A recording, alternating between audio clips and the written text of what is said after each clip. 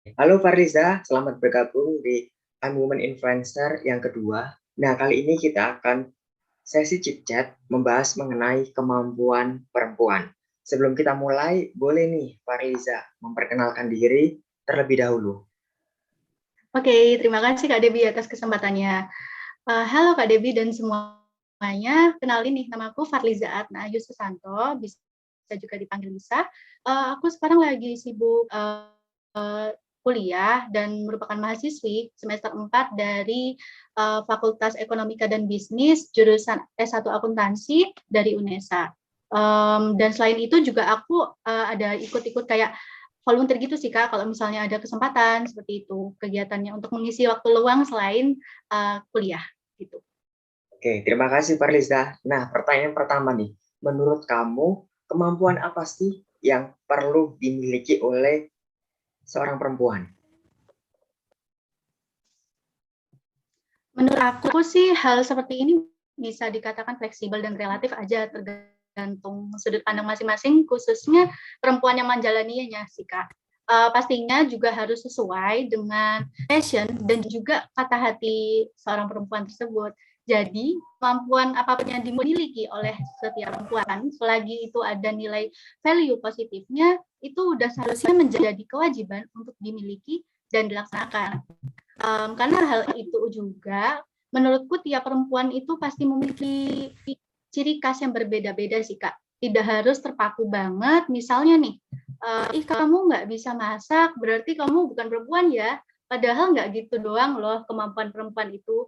Jadi gimana ya, kita harus membangun statement bahwa kita nggak boleh ada kesenjangan judging antara perempuan satu dengan perempuan lainnya. Uh, karena walaupun misal kayak perempuan nih jadi ibu rumah tangga, ya memang itu kodratnya sih Kak menurutku. Tapi perempuan juga bisa berkarir kok, perempuan juga bukan manusia yang sempurna. Jadi bukan berarti satu hal saja yang tidak diharuskan oleh masyarakat atau oleh publik itu menjadikan kita gagal sebagai perempuan, kita nggak mempunyai value dan sebagainya. Nah, hal-hal seperti ini juga bisa dijaga oleh perempuan-perempuan. Jadi mungkin kita bisa rangkul pelan-pelan, bukan malah dijudging seperti itu. Menurutku sebenarnya apapun kemampuan yang dimiliki oleh perempuan itu penting dan harus, tapi ada satu yang dapat menjadi kekuatan dan justru dapat menimbulkan value positif juga lebih ke diri perempuan itu, yaitu menumbuhkan soft skill open minded. Jadi sebagai perempuan itu janganlah kita kayak saling judging gitu loh Kak. Misal perempuan itu kok perempuan itu nggak gini sih, perempuan itu harusnya gitu loh. Nah, dan satu lainnya itu misal dari open minded itu kita bisa menumbuhkan dengan sendirinya soft skill yang lain. Dan aku memang sadari sih soft skill ini tuh sangat susah untuk dibangun. Mungkin sekolah dan kursusnya juga itu nggak ada ya Kak ya. Karena namanya juga soft skill, jadi kita harus kayak learning by doing gitu. Insya Allah mungkin kalau dijalani, yang penting ada mulainya aja. Yang penting kita harus berani mulai. Itu sih kuncinya. Agar dapat meraih apa yang kita pengen, karena yang bisa kontrol diri kita itu hanya diri kita sendiri. Gitu sih Kak, kalau menurutku. Oke, nah selanjutnya nih, kemampuan atau skill apa sih yang ingin banget kamu kuasai atau kamu pelajari? Boleh dijelaskan alasannya?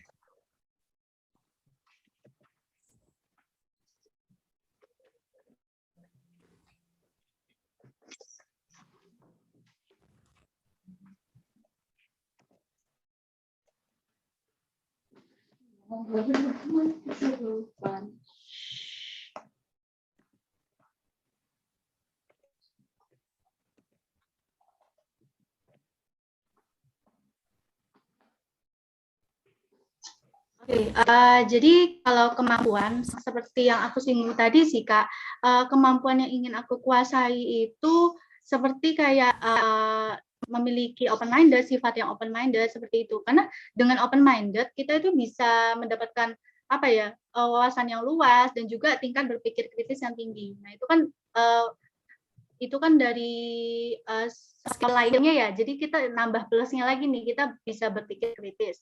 Oke, selain itu juga sambil mengalir, belajar soft skill tersebut, aku juga bisa berharap bahwa dari learning by doing yang aku juga ke depannya akan memiliki public speaking yang baik, itu dari yang soft skill yang pernah aku pelajari, seperti yang tadi open minded, bagaimana cara open minded, bagaimana cara kita untuk berpikir kritis, dan lain sebagainya. Karena sesuatu yang baik itu jika tidak dikomunikasikan dengan baik pula, maka tidak akan ada orang yang tahu mengenai pesan yang ingin kita sampaikan, bahwa sebagai perempuan Indonesia itu kita harus tangguh dan juga hebat tentunya. Gitu sih, Kak. Oke. Terus selanjutnya, bagaimana sih kamu belajar tentang skill tersebut? Oke, kalau soft skill seperti open minded dan berpikir kritis itu memang sulit jika tidak ada pelatihan ataupun lembaga khusus formal yang menyediakan kelas tersebut. Namun cara yang akan saya lakukan yaitu dengan mungkin bisa membaca, learning by menonton video, watching TikTok, Instagram dan lain sebagainya. Karena kan kita hidup di era yang serba dimudahkan dengan adanya teknologi yang semakin canggih. Jadi kita bisa menganalisis, misal kita pengen cakap nih dalam cakap dan juga kritis, berpikir kritis. Kita tonton aja lah, mungkin channelnya ada Kak Maudy Ayunda yang bagaimana cara ngomongnya itu enak banget didengar, cara berpikirnya itu wawasannya luas dan lain sebagainya.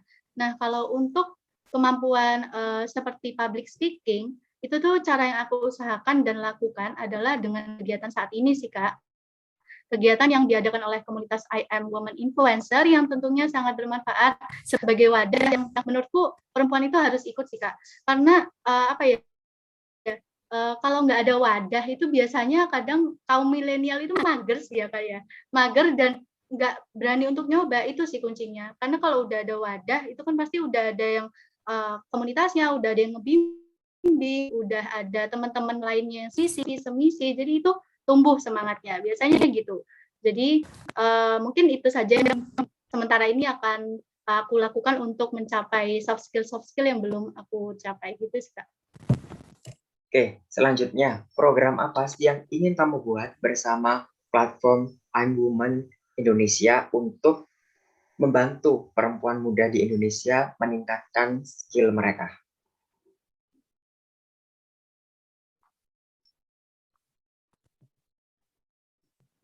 Oke, terkait program sih, aku sempat kepikiran membuat suatu program mini bootcamp gitu, di mana bootcamp yang dimaksudkan itu bukan camp seperti maknanya sesungguhnya ya, Kak, ya. Namun seperti kita bergabung dalam kelas singkat terkait soft skill maupun hard skill yang ingin diperdalami lagi. Misal mini bootcamp ini diisi dengan sistem level by level and learning by doing. Jadi di setiap kelasnya itu sebentar aja, nggak usah lama-lama, Kak. Dan itu nggak hanya teori-teori biasa kayak yang orang ngomong doang, kan bosen tuh.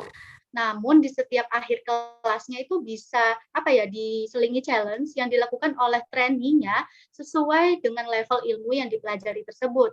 Sehingga output yang diharapkan itu diharapkan dapat benar-benar terserap dan sehingga sudah seperti menjadi sebuah kebiasaan gitu ya, Kak. Jadi tanpa berpikir kita sudah secara otomatis tahu kapan saatnya harus menerapkan ilmu tersebut dan sebaliknya. Seperti itu sih, Kak. Oke, mungkin sudah untuk sesi Jitget kali ini. Saya ucapkan terima kasih. Sampai jumpa di lain kesempatan.